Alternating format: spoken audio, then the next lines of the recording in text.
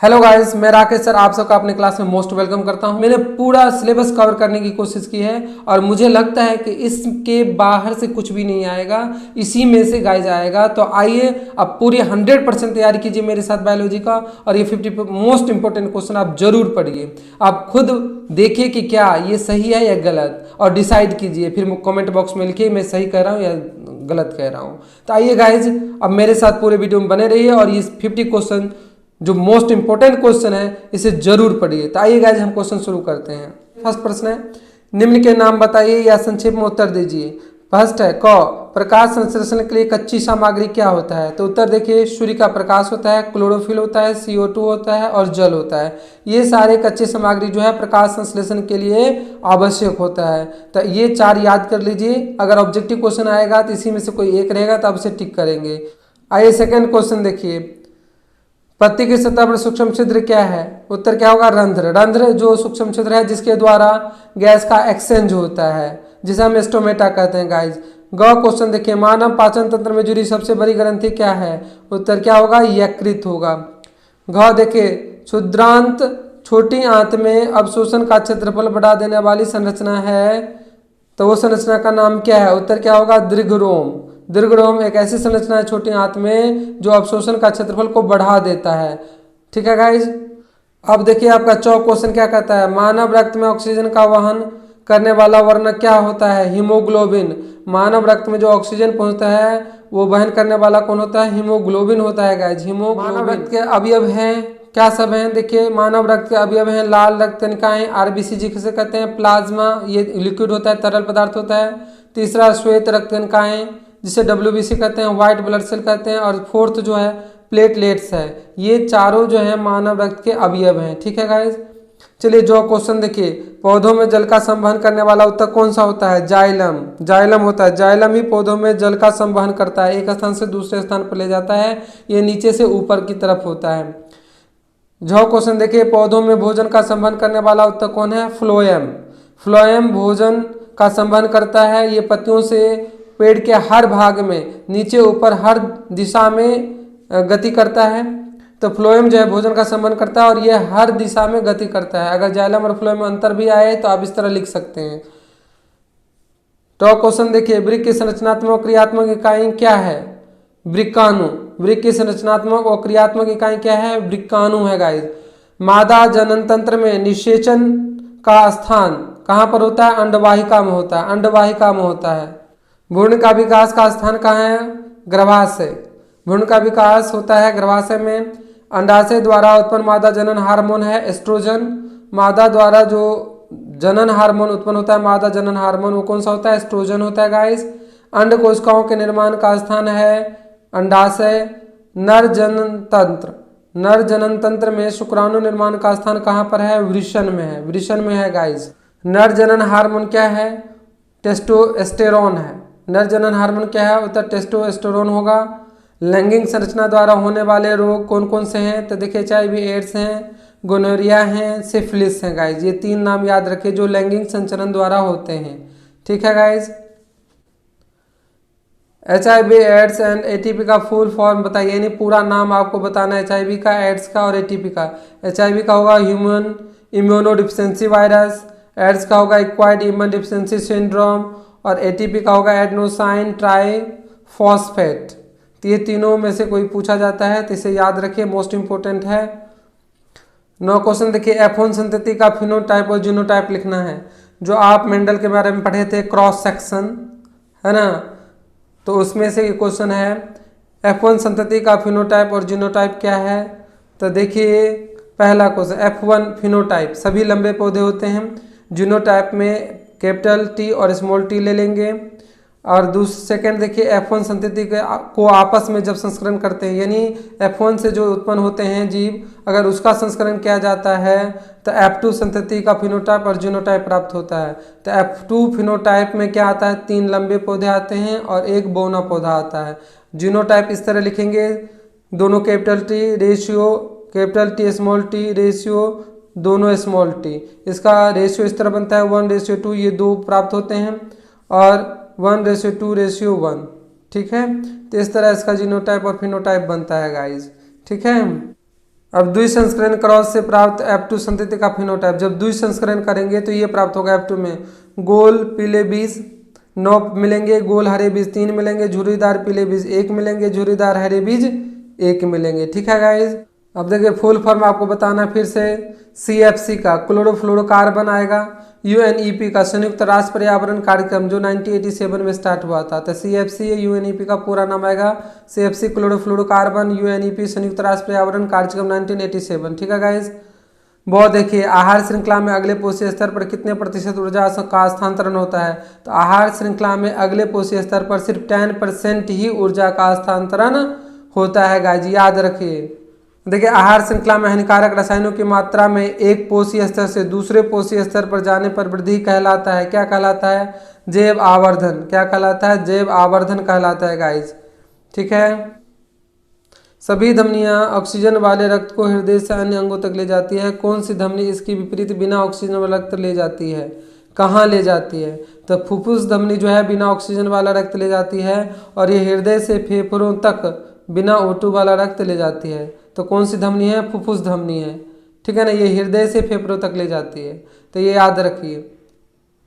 कहता है सभी शिराएं बिना O2 वाला रक्त विभिन्न अंगों से हृदय तक लाती है, विभिन्न अंगों से हृदय तक लाती है, लेकिन कौन सी शिरा इसका बाद है, यानी कौन सी शिरा ये काम नहीं करता है, तो फुफ्फुस शिरा ये काम नहीं करता है, ये फेफड़ों से हृदय तक ऑक्सीजन वाला रक्त लाती है, ये फेफड़ों से हृदय तक ऑक्सीजन वाला रक्त लाती है, तो ये दोनों इंपॉर्टेंट है गाइस, इस पर ध्यान दीजिएगा, ओके। सेकेंड प्रश्न लिख दें, निम्न के कार्य बताइए, आपको कार्य बताना है। एंजाइम पेप्सिन क्या काम करता है, प्रोटीन का पाचन करता है। हाइड्रोक्लोरिक अम्ल क्या काम करता है, एंजाइम पेप्सिन के लिए अम्लीय माध्यम तैयार करता है, जीवाणुओं को मारता है, ये आमाशय में होता है गाइज। श्लेष्मा क्या काम करता है, आमाशय की अम्ल से रक्षा करता है गाइज। श्लेष्मा जो हमारे पेट के अंदर है ये क्या काम करता है, तो जब HCl ज़्यादा उत्पन्न हो जाता है तो ये हमारे आमाशय को अम्ल से रक्षा करता है, यानी हानि पहुंचाने से रोकता है। पीतरस क्या काम करता है, वसा का पाचन करता है, इम्लिशीकरण करता है। दीर्घरोम क्या करता है, अवशोषण के लिए क्षेत्रफल बढ़ाता है, अभी मैंने पीछे भी बताया था, ये छोटी आंत में होता है दीर्घरोम, ये अवशोषण के लिए क्षेत्रफल को बढ़ा देता है, ये छोटी आंत में होता है गाइज। वाल्व का क्या काम है, हृदय में रक्त को उल्टी दिशा में बहने से रोकना, हृदय में जो है रक्त को उल्टी दिशा में बहने से रोकता है, कौन, वाल्व। तो आपको ये भी पूछा जा सकता है और इधर ये नाम पूछ देंगे, तो दोनों याद रखिए, ठीक है। अब देखिए विभाजिका हृदय में ऑक्सीकृत व अनाक्सीकृत रक्त को अलग रखता है। विभाजिका का क्या काम है हृदय में, तो हृदय में ये ऑक्सीकृत जो ब्लड है यानी खून है और अनाक्सीकृत रक्त जो है इन दोनों को अलग करने में काम आता है, दोनों को अलग अलग करता है, मिलने से रोकता है। शुक्राशय और प्रोस्टेट ग्रंथि क्या काम करता है, शुक्राणुओं की गति आसान करता है और शुक्राणुओं को पोषण देता है, ठीक है। वृषण क्या करता है, देखिए वृषण जो है शुक्राणु बनाता है, टेस्टोस्टेरोन हार्मोन उत्पन्न करता है। अब देखिए अंडाशय क्या काम करता है, अंडाणु बनाता है, एस्ट्रोजन हार्मोन उत्पन्न करता है, ठीक है। तो देखिए इसी में से आपका ये सब मानव से संबंधित है, तो इनको जरूर याद रखिए सारे। वृषण, अंडाशय, विभाजिका, दीर्घरोम, पितरस, श्लेष्मा, हाइड्रोक्लोरिक अम्ल, एंजाइम पेप्सिन, ये सब का क्या काम है इसे जरूर याद रखें, इसी में से कुछ क्वेश्चन जरूर आएंगे पेपर में से। तो ये ओजोन परत देखते हैं। ओजोन परत क्या करता है, ये सूर्य से आने वाली हानिकारक जो पराबैंगनी किरण होते हैं जिसे अल्ट्रावायलेट रे कहा जाता है उसको रोकता है। इससे क्या होता है पता है, त्वचा संबंधी रोग होता है, यानी कैंसर हो सकते हैं और विभिन्न तरह के त्वचा संबंधी रोग हो सकते हैं, तो इनसे ये रक्षा करता है कौन, ओजोन परत गाइज। प्लेसेंटा क्या काम करता है, माँ व भ्रूण के बीच पदार्थों का आदान प्रदान की सतह है ये, यानी माँ के अंदर जो बच्चे पल रहे होते हैं, जो भ्रूण पल रहे होते हैं उनके बीच प्लेसेंटा होता है, उन दोनों में जुड़ा रहता है और माँ से भोजन और रक्त जितने भी पोषण चीज़ें हैं वो भ्रूण को प्राप्त होता है। ये प्लेसेंटा जो है तस्तरी नुमा आकार का होता है, ठीक है। और उसके बाद है उपस्थि वलय। उपस्थि वलय क्या करता है, ये श्वास नली को सिकुड़ने से बचाता है। हमारा श्वास नली जो फूड पाइप के साथ फेफड़े तक जाता है उसे ये उपास्थि वलय जो है सिकुड़ने से बचाता है। अगर वो क्लैप्स हो जाएगा, सिकुड़ जाएगा, तो हम सांस नहीं ले पाएंगे और इससे मृत्यु हो सकती है।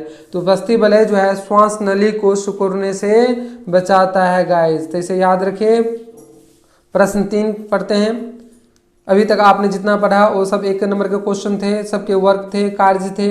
अब हम थोड़ा आगे बढ़ते हैं और आइए कारण बताओ, कारण भी पूछा जाता है। तो चलिए कारण बताओ में हम को पढ़ते हैं क्वेश्चन। पहला क्वेश्चन लेते हैं, आलिंद की अपेक्षा निलय की भित्ति मोटी क्यों होती है? आलिंद की अपेक्षा निलय की भित्ति मोटी क्यों होती है? तो देखिए इसका आंसर अधिक रक्तचाप से रुधिर को भेजने के लिए, है ना, इसकी भित्ति जो है मोटी होती है। तो आलिंद का काम दूसरा है, निलय का काम दूसरा है। आलिंद की अपेक्षा निलय की भित्ति मोटी क्यों होती है? तो देखिए उत्तर, अधिक रक्तचाप से रुधिर को भेजने के लिए।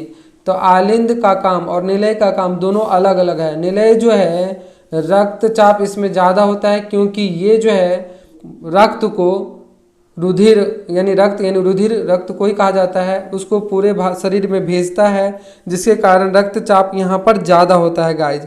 तो रक्तचाप ज़्यादा होने के कारण इसका जो भित्ति है, जो वॉल है, वो मोटी होनी चाहिए ताकि वो फट ना जाए, इसीलिए निलय की भित्ति मोटी होती है। जबकि आलिंद का काम होता है शरीर से ब्लड को, माने खून को, रक्त को, रुधिर को हमारे हृदय तक लाना। तो इसकी रक्तचाप थोड़ी कम होती है, तो इसलिए इनके जो भित्ति है और इनकी भित्ति दोनों में अलग होता है। निलय की भित्ति मोटी होती है ना, और आलिंद की थोड़ी उससे पतली होती है। ठीक है गाइज। ख देखिए, किसी आहार श्रृंखला में 3 या 4 से ज़्यादा पोषी स्तर नहीं है। तो ऐसा क्यों होता है? क्योंकि अभी हमने बताया था कि एक स्तर से जब दूसरे स्तर में जाता है एनर्जी, तो सिर्फ 10%, है ना, 10% ही एनर्जी जाता है। तो गाइस देखिए 10% नियम के कारण, तो देखिए 10% नियम के कारण गाइस एक स्तर से दूसरे स्तर में क्षेत्र केवल 10% यानी 10% ऊर्जा का स्थानांतरण होता है ना। इसलिए ज़्यादा स्तर अगर हो जाएंगे तो कम ऊर्जा उपलब्ध होगा। ठीक है ना, इसीलिए सिर्फ 3 या 4 ही स्तर के जीव होते हैं इसमें। अब देखिए अंतर स्पष्ट कीजिए। पहला अंतर बताया गया वायवीय श्वसन और अवायवीय श्वसन में। ऑक्सीजन आधार लीजिए, ऑक्सीजन के आधार पर इसमें वायवीय श्वसन में उपस्थित होता है और अवायवीय श्वसन में अनुपस्थित होता है गाइज। अब यहाँ ये जो वायवीय श्वसन है कहाँ होता है? होने का स्थान ये माइटोकॉन्ड्रिया में होता है। ये अवायवीय श्वसन जो है कोशिका द्रव्य में होता है। ऊर्जा इसमें देखिए कितना मुक्त होता है? तो वायवीय श्वसन में अधिक ऊर्जा मुक्त होता है, जबकि अवायवीय श्वसन में कम ऊर्जा मुक्त होता है। आधार उत्पाद, इसमें उत्पाद क्या बनता है? वायवीय श्वसन में कार्बन डाइऑक्साइड और जल बनता है, जबकि अवायवीय श्वसन में एथेनॉल, लैक्टिक अम्ल और CO2 यानी कार्बन डाइऑक्साइड गैस बनता है गाइज। ठीक है। ख क्वेश्चन देखिए, धमनी और शिरा में अंतर बताइए। धमनी और शिरा में, तो चलिए कार्य के आधार पर देखते हैं। इसका आधार क्या है? कार्य।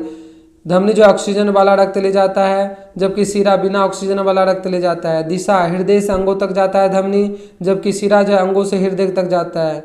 भित्ति, देखिए भित्ति मोटी होती है, इसमें कम मोटी होती है शिरा में। वाल्व धमनी में नहीं होते हैं, जबकि शिरा में वाल्व होते हैं। इसकी स्थिति देखिए, धमनी जो है सतही नहीं है, जबकि शिरा सतही होता है। ठीक है। गो क्वेश्चन देखिए, स्वपरागन पर परागन में क्या अंतर है? पर देखिए स्वपरागन में परागकण उसी फूल के वर्तिकाग्र पर होता है, जबकि पर परागन में परागकण दूसरे फूलों के वर्तिकाग्र पर होता है। ये दोनों में मेन अंतर है। ठीक है। घ क्वेश्चन देखिए, जैव निम्नीकरणीय और अजैव निम्नीकरणीय में क्या अंतर है? तो जैव निम्नीकरणीय, इसका परिभाषा लिख दीजिए पहले। सूक्ष्म जीवों द्वारा सरल पदार्थों में बदले जा सकने वाले पदार्थ होते हैं ये। अजैव निम्नीकरणीय में ये सूक्ष्म जीवों द्वारा सरल पदार्थों में न बदले जा सकने वाले पदार्थ होते हैं। जैव निम्नीकरणीय में उदाहरण देखिए, फल सब्जी के छिलके, कागज, सूत, जूट, ये सब मिट्टी बन जाते हैं, है ना। जबकि अजैव निम्नीकरणीय में प्लास्टिक, कांच, धातु, पॉलीथीन ये मिट्टी नहीं बनते हैं गाइस। तो ये जैव निम्नीकरणीय और अजैव निम्नीकरणीय में अंतर है। अंगा देखिए, प्रभावी लक्षण और प्रभावी लक्षण में अंतर बताइए। तो परिभाषा होगा, जिसे प्रकट होने के लिए जीन की एक ही प्रति पर्याप्त होती है, जबकि अप्रभावी लक्षण में जिसे प्रकट होने के लिए जीन की दोनों प्रतियां आवश्यक होता है। इसमें देखिए उदाहरण में कैपिटल T स्मॉल t लंबा पौधा बनेगा, जबकि इसमें दोनों स्मॉल t से बौना पौधा बनेगा गाइस। ठीक है। एकलिंगी पुष्प और उभयलिंगी पुष्प में क्या अंतर है? तो देखिए परिभाषा के आधार पर स्त्री केसर या पुंकेसर को एक जननांग होता है, है ना। एकलिंगी पुष्प में क्या होता है, स्त्री केसर या पुंकेसर, इन दोनों में से कोई एक जननांग होता है। जबकि उभयलिंग पुष्प में स्त्री केसर पुंकेसर दोनों जननांग होते हैं। उदाहरण के लिए देखिए, एकलिंगी पुष्प में हो जाएगा पपीता, तरबूज, जबकि उभयलिंगी पुष्प में हो जाएगा सरसों और गुड़हल। ठीक है, ये बहुत इंपॉर्टेंट है, इसे याद रखिए। अलैंगिक प्रजनन और लैंगिक प्रजनन, देखिए नया जीव उत्पन्न एकल जीव से, इसमें एकल जीव से होता है, जबकि इसमें दो जीवों नर और मादा दोनों की जरूरत होती है, दोनों से उत्पन्न होते हैं। युग्मक बनते हैं, अलैंगिक प्रजनन में नहीं बनते हैं, जबकि लैंगिक प्रजनन में बनते हैं। हाँ, नर व मादा युग्मक बनते हैं। नया जीव पैतृक जीव में समरूप होता है, इसमें जो नया जीव उत्पन्न होता है वो पैतृक जीवों से समरूप होता है, जबकि लैंगिक प्रजनन में पैतृक जीव के समरूप नहीं होता है। गाइस ध्यान रखिए। तो यहाँ देखिए प्रश्न 5 में आप चलते हैं, दीर्घ प्रश्न है ना। कायिक संवर्धन के क्या लाभ हैं, तो उत्तर बीज उत्पन्न न करने वालों के लिए उपयोगी होता है ये। दूसरा, नए पौधे जनक के समान होते हैं। तीसरा, बीज रहित फल होता है। चौथा, सस्ता व आसान तरीका है, इसलिए कायिक पर संवर्धन बहुत जरूरी है। ऐसे इस तरह के बहुत सारे लाभ हैं और इसमें कम समय में पौधे जो है फल दे देते हैं, तो ये याद रखिए। देखिए ख क्वेश्चन, बीज निर्माण की प्रक्रिया। देखिए बीज निर्माण की प्रक्रिया, परागन, परागकण परागकोश से वर्तिकाग्र तक जाता है। इसमें फिर नालिका विकास होता है जो वर्तिकाग्र से अंडाशय तक जाता है। उसके बाद निषेचन, नर और मादा युग्मक मिलकर युग्मनज का निर्माण करता है। फिर युग्मनज जो है भ्रूण से बीज में विकसित हो जाता है। फिर अंडाशय फल में विकसित होता है। फिर फूल के अन्य भागों का झरना, और झरने के बाद फिर बीज का निर्माण हो जाता है, फल का निर्माण हो जाता है। तो इस तरह से ये बीज का निर्माण होता है। तो ये बहुत इंपॉर्टेंट है, याद रखिए बीज का निर्माण की प्रक्रिया किस तरह है उसे लिखिए। तो ये सारी चीज़ आप लिखेंगे गाइज। अब आइए, जब अंड का निषेचन न हो तो क्या होता है, गर्भाशय की मांसल भित्ति टूट जाता है और रक्त और म्यूकस बाहर निकल आता है। इन्हीं दोनों प्रक्रियाओं को रजोधर्म या ऋतुस्राव कहा जाता है। ठीक है गाइज, देखिए याद रखिए इंपॉर्टेंट है। जब अंड का निषेचन न हो तो क्या होगा, गर्भाशय की मांसल भित्ति टूट जाता है, रक्त और म्यूकस बाहर निकल आता है, और इन्हीं दोनों प्रक्रियाओं को रजोधर्म या ऋतुस्राव कहा जाता है। तो ऋतुस्राव या रजोधर्म के बारे में पूछा जाए तो आप यही दो चीज लिख देंगे तो आपका आंसर हो जाएगा। ठीक है गाइज, गर्भरोधन के तरीके बताइए। उत्तर देखिए, यांत्रिक अवरोध, कंडोम या सर्वाइकल कैप के द्वारा आप इसे रोक सकते हैं। दूसरा, रासायनिक तकनीक के द्वारा दवाइयाँ व इंजेक्शन के द्वारा रोक सकते हैं। तीसरा, IUCD यानी कॉपर टी के द्वारा रोक सकते हैं। यानी IUCD का पूरा नाम पूछा जाए तो होगा इंट्रा यूट्राइन कंट्रासेप्टिव डिवाइस, याद रखिए मैंने यहाँ लिख दिया है। चौथा है शल्यक्रिया तकनीक द्वारा, नसबंदी द्वारा जो नर में होता है, ट्यूबोकोटमी द्वारा जो मादा में होता है। तो इस तरह इन सारी प्रक्रिया के द्वारा आप गर्भरोधन को रोक सकते हैं। ओके गाइज, मेंडल द्वारा मटर के पौधों का चयन क्यों किया गया, कारण बताइए। तो देखिए विकल्पी लक्षण दिखाई देते हैं इसमें, और इसका जीवन काल बहुत छोटा होता है, अनेक बीज पैदा हो जाते हैं, और इसमें स्व और परागन दोनों होते हैं। तो इसलिए मेंडल ने मटर के पौधों को ही चुना था। तो ये भी बराबर आता है क्वेश्चन पेपर में, तो इसे भी आप जरूर कीजिए। ये क्वेश्चन देखिए, एकल संस्करण कैसे होता है, एकल संकरण क्या होता है। तो इसमें एक जोड़ी विकल्पी लक्षणों के मध्य क्रॉस किया जाता है। तो हमने जनक ले लिया, लाल फल ले लिया और सफ़ेद फल ले लिया, दोनों का संस्करण किया गया। इसे हमने कैपिटल R से दिखा दिया, इसको स्मॉल r से दिखा दिया। तो जो दो कैपिटल R होंगे इसे दो बीज बनेंगे, 2R बनेंगे, और ये 2R, ये R भी इन दोनों R से रिएक्ट करेंगे और ये R भी इन दोनों R से रिएक्ट करेंगे। तो इस तरह कैपिटल R स्मॉल r बनेंगे, कैपिटल R स्मॉल r बनेंगे, यहाँ भी कैपिटल R स्मॉल r बनेंगे, यहाँ भी कैपिटल R और स्मॉल r बनेंगे। इस तरह जो है सभी लाल फल बन जाएंगे, सभी लाल फल। तो फर्स्ट जनरेशन में सभी कैपिटल R आ रहे हैं सब में, इसलिए ये सभी लाल फल बन जाएंगे गाइज। फर्स्ट संस्करण में सभी लाल फल ही बनेंगे। फिर देखिए गाइज, F1 और F1 का संस्करण करेंगे, जो पहला जनरेशन आया था। तो हमने ले लिया दो capital R small r, capital R small r, दो बीज ले लिया, दोनों का संस्करण किया गया। इनका भी दो बीज आएंगे, भ्रूण बनेंगे, capital R small r, capital R small r, ये भी इन दोनों से रिएक्ट करेंगे, ये भी इन दोनों से रिएक्ट करेंगे। तो इस तरह बना देंगे double capital R, capital R small r, ये बन जाएगा स्मॉल r कैपिटल R, और ये बन जाएगा दोनों स्मॉल r। तो इस तरह देखो ये जो है सफ़ेद बनेंगे, बाकी ये तीन जो है रेड बन जाएंगे, ये तीनों लाल लाल बनेंगे, जबकि ये सफ़ेद बन जाएंगे गाइज। तो जो जब ये दोनों स्मॉल r हो जाएंगे तो ये सफ़ेद बन जाएंगे। तो इस तरह आपको दिखाने के लिए आएगा, तो आप आसानी से दिखा सकते हैं। अब इसका फिनोटाइप देखिए, लाल सफ़ेद का अनुपात क्या बन जाएगा, लाल 3 मिल रहे हैं तो 3:1 हो जाएगा।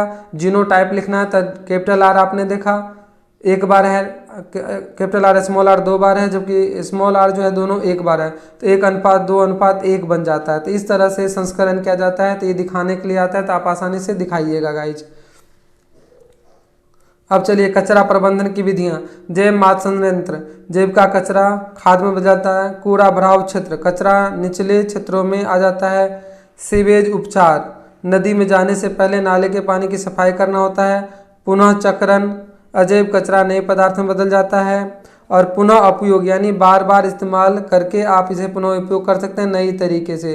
तो इस तरह जैव मात संयंत्र द्वारा, कूड़ा भराव क्षेत्र द्वारा, सीवेज उपचार द्वारा, पुनः चक्रण द्वारा, पुनः उपयोग द्वारा आप कचरा प्रबंधन कर सकते हैं गाइज। विभिन्न पथों द्वारा ग्लूकोज का विखंडन, ग्लूकोज का विखंडन कैसे होता है वो लिखना है गाइज। तो देखिए ग्लूकोज C6H12O6 जो है ग्लूकोज है, ये पायरुवेट प्लस ऊर्जा उत्पन्न करता है। ये 3 तरह से होता है।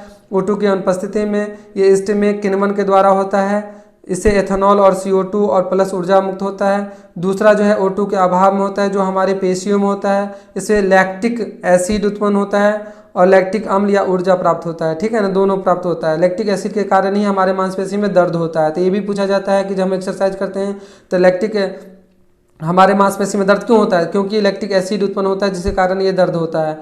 O2 की उपस्थिति में भी होता है। तो ये तीसरा स्टेप है, ये माइटोकॉन्ड्रिया में होता है। इसमें CO2 कार्बन डाइऑक्साइड प्लस जल प्लस ऊर्जा मुक्त होता है गाइज। तो इस तरह ग्लूकोज का 3 तरह से विखंडन होता है, O2 की अनुपस्थिति में, O2 के अभाव में, O2 के उपस्थिति में, और तीनों का उत्पाद लिखा गया है। तो गाइज इसे मोस्ट इंपॉर्टेंट है, इसे याद रख लीजिए, ये आएगा पेपर में जरूर, मोस्ट इंपॉर्टेंट है गाइज। मानव हृदय के अनुप्रस्थ काट बनाइए। तो देखिए ये मानव हृदय बनाया गया है यहाँ पर, आप चाहें तो आप प्रैक्टिस कर सकते हैं बनाकर बार बार। देखिए ये महाधमनी है, ये महाशिरा है, ये महाशिरा है ना, ये दायां आलंद है, ये बायां आलंद है, ये फुफ्फुस धमनी है, ये फुफ्फुस शिरा है, ठीक है ना। ये बायां निलय है, ये दायां निलय है। तो दायां आलंद से दायां निलय में रक्तचाप जाता है, जबकि बायां आलंद और फुफ्फुस शिरा के द्वारा बायां निलय में जाता है। और ये बीच का विभाजिका है, तो ये विभाजिका है गाइज, तो इसे याद रखिए, ठीक है।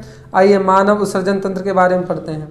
मानव उत्सर्जन तंत्र, देखिए ये दायां वृक्क है, ये बायां वृक्क है। यहाँ मूत्र का ये बनता है, ये मूत्र वाहिनी द्वारा मूत्राशय से जुड़ा हुआ होता है, ये मूत्र एकत्र होता है यहाँ पर, और फिर मूत्र मार्ग द्वारा ये बाहर निकल जाता है। तो कभी कभी मानव उत्सर्जन तंत्र आते हैं, तो ये आप बनाएंगे, ठीक है। ये मानव उत्सर्जन तंत्र है, दायां वृक्क बायां वृक्क, यहाँ मूत्र का बनता है, फिर मूत्र वाहिनी द्वारा, ये जो पाइप है मूत्र वाहिनी है, फिर मूत्राशय में आता है, यहाँ मूत्र इकट्ठा होता है, फिर मूत्र मार्ग द्वारा बाहर निकल जाता है गाइज। देखिए गाइज विक्राणु की संरचना, विक्राणु की संरचना के बारे में पढ़ते हैं। देखिए ये जो है वृक्क धमनी है, और ये जो बीच का भाग आप देख रहे हैं जाली की तरह, ये कोश का गुच्छ है, और ये जो पाइप है ये बोमेन संपुट है, बोमेन संपुट है, ठीक है। इसके द्वारा ये यहाँ इस संग्राहक वाहिनिका से जुड़ा होता है, जिसे विक्राणु जो है ना ये नालिका भाग में चला जाता है। ये जो है विक्राणु नालिका भाग है, ठीक है। और ये देखिए वृक्क शिरा है, और वृक्क शिरा, और ये जो पाइप यहाँ जा रहा है ये ट्यूबुलर पार्ट ऑफ नेफ्रॉन है। तो ये ट्यूबुलर पार्ट ऑफ नेफ्रॉन है, इसके द्वारा ये पूरा जो है विक्राणु की संरचना है, नेफ्रॉन की संरचना है। तो ये आप जरूर बनाइए, ठीक है। ये वीडियो पॉज करके आप आराम से देख सकते हैं और बना सकते हैं, ठीक है ना। ऊपर का भाग पहले देख लीजिए, फिर थोड़ा पॉज करके आप नीचे का भाग भी देख सकते हैं, और आसानी से इसका चित्र बना सकते हैं और समझ सकते हैं गाइस, ठीक है। आइए आप पुष्प की संरचना के बारे में पढ़ते हैं। तो देखिए ये पुष्प है, इसकी संरचना भी आएगा, ठीक है। ये देखिए ये जो पुष्प का ये भाग है, ये उसे वर्तिकाग्र कहते हैं, इसे स्टिग्मा भी कहा जाता है, ठीक है ना। और ये जो भाग है ये वर्तिका स्टाइल है, वर्तिका है, ठीक है। और ये अंडाशय है, ये अंडाशय है गाइस। और ये सभी पूरे भाग को स्त्रीकेसर कहा जाता है, इस पूरे भाग को स्त्रीकेसर कहा जाता है। इसी में यहाँ पर बीजांड का निर्माण होता है। ये जो पेटल आप देख रहे हैं ये बाह्यदल सेपल्स कहलाता है, ये पंखुड़िया पेटल्स कहलाते हैं। और ये जो है ये तंतु हैं, ये तंतु हैं जिसे फिलामेंट कहते हैं। इसके ऊपर ही परागकण होता है, परागकोश होता है। और ये पूरे भाग को यानी इस वाले भाग को, इसको पुंकेसर कहा जाता है गाइज। तो ये भी लेबल करने के लिए या बनाने के लिए आएगा। तो गाइज आप इसे बढ़िया से देखिए 2 बार 3 बार। इसकी प्रैक्टिस कीजिए और आपको आ जाएगा और आप पेपर में आप आसानी से कर सकते हैं। तो इसे वीडियो पॉज करके आप देख सकते हैं, रोक रोक कर देख सकते हैं, ठीक है गाइज, और इसे अवश्य सीख लीजिए, आएगा पेपर में। देखिए गाइज, अमीबा में द्विखंडन होता है, बाइनरी फिशन इन अमीबा, ठीक है। तो देखिए जनक कोशिका से बढ़ता हुआ कोशिका, ये जो इसमें परिवर्तित हो जाता है, बढ़ता हुआ कोशिका है। फिर इसे यहाँ पर न्यूक्लियस और कोशिका दो भागों में बढ़ता हुआ प्रतीत होता है। फिर इस तरह दो अमीबा बन जाता है, जिसे संतति कोशिका कहते हैं गाइस, ठीक है ना। तो इस तरह अमीबा में जनन होता है द्विखंडन द्वारा। अब देखिए हाइड्रा में मुकुलन कैसे होता है। तो ये हाइड्रा है, जनक जीव है, इसमें यहाँ मुकुलन निकलता है, फिर ये विकसित हो जाता है और बाद में यहाँ पर संतति जीव यानी इससे ये अलग हो जाते हैं। तो इस तरह इसका चित्र बनाने के लिए आएगा। अब पत्तियों में रंध्र, क्लोरोप्लास्ट, देखिए पत्तियों का रंध्र का चित्र बना हुआ है, ये केंद्रक है, ठीक है ना। ये भाग क्लोरोप्लास्ट है और ये जो बीच का भाग है ये रंध्र है, इसी से गैसों का एक्सचेंज होता है गाइज। ये रिक्तिका है और ये जो है ये लाइन ये रक्षक कोशिका है गाइज। तो इस तरह रंध्र का चित्र भी बनाने के लिए आएगा, लेबल करने के लिए आएगा। तो इस तरह आपने देखा कि मैंने बहुत सारे क्वेश्चन, जो लगभग 50 क्वेश्चन थे, मैंने आपको बताया है और मुझे लगता है कि मैंने पूरा सिलेबस कवर किया है। और आपने भी अगर पूरा वीडियो देखा है तो आपको पता चल गया है कि ये पूरा सिलेबस ही है। अगर इतना क्वेश्चन आप कर लेते हैं तो मैं श्योर हूँ कि आपका बायोलॉजी में से एक भी नंबर नहीं कटने वाला है गाइज। तो इस वीडियो को जरूर देखिए, 2-3 बार देखिए, ताकि आपका बायोलॉजी सिलेबस कवर हो जाए, कंप्लीट हो जाए। गाइज मेरा वीडियो देखने के लिए आप लोगों को बहुत बहुत धन्यवाद। और साथ ही मैं रिक्वेस्ट करता हूं कि अगर आपको अच्छा लगा है तो प्लीज़ मेरे चैनल को सब्सक्राइब कीजिए, लाइक कीजिए, अपने दोस्तों में शेयर कीजिए। गाइज मैं इसी तरह का फिजिक्स और केमिस्ट्री का भी वीडियो लाऊंगा, तो आप मेरे चैनल से अवश्य ही जुड़ जाइए, मैं आपसे हार्टली रिक्वेस्ट करता हूँ। तो चलिए धन्यवाद, फिर हम अगले वीडियो में आपसे मिलेंगे।